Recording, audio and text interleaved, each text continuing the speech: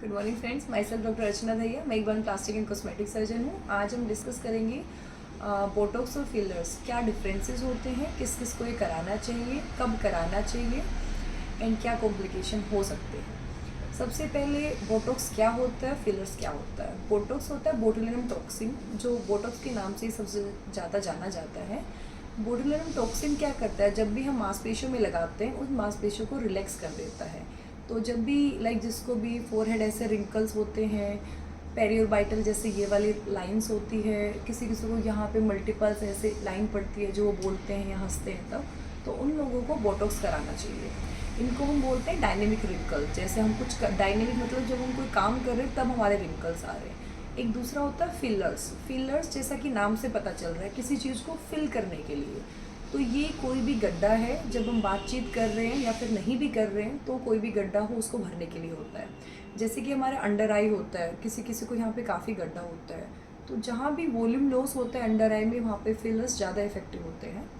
इसके अलावा यहाँ के अलावा किसी किसी को चीक में भी होता है, बहुत पतला सा होता है फेस ऐसे, उनको भी मोटा करने के लिए कुछ लोग फिलर्स, कुछ लोग फैट ग्राफ्टिंग का वो उठा सकते हैं। एंड अपने यहाँ पे ये वाली जो लाइन होती है नोज से इसकी तरफ जाती होती है, ये वाली नेज़ोलेबियल लाइन्स को हम बोलते हैं। यहाँ भी किसी किसी बंदे को ये रहता है कि बहुत ऐसे स्टेटिक लाइन्स होती है, तो उसको भरने के लिए भी फिलर्स यूज करते हैं।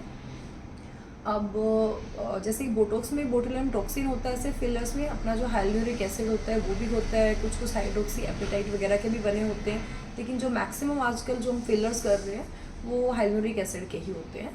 अब क्या लाइफ रहती है इनकी, जो बोटुलिनम टॉक्सिन हम जो कराते हैं बोटॉक्स के इंजेक्शन, वो यूजुअली 6 से 12 महीने तक चल जाते हैं। उसके बाद आपको टॉपअप लेना पड़ता है दोबारा।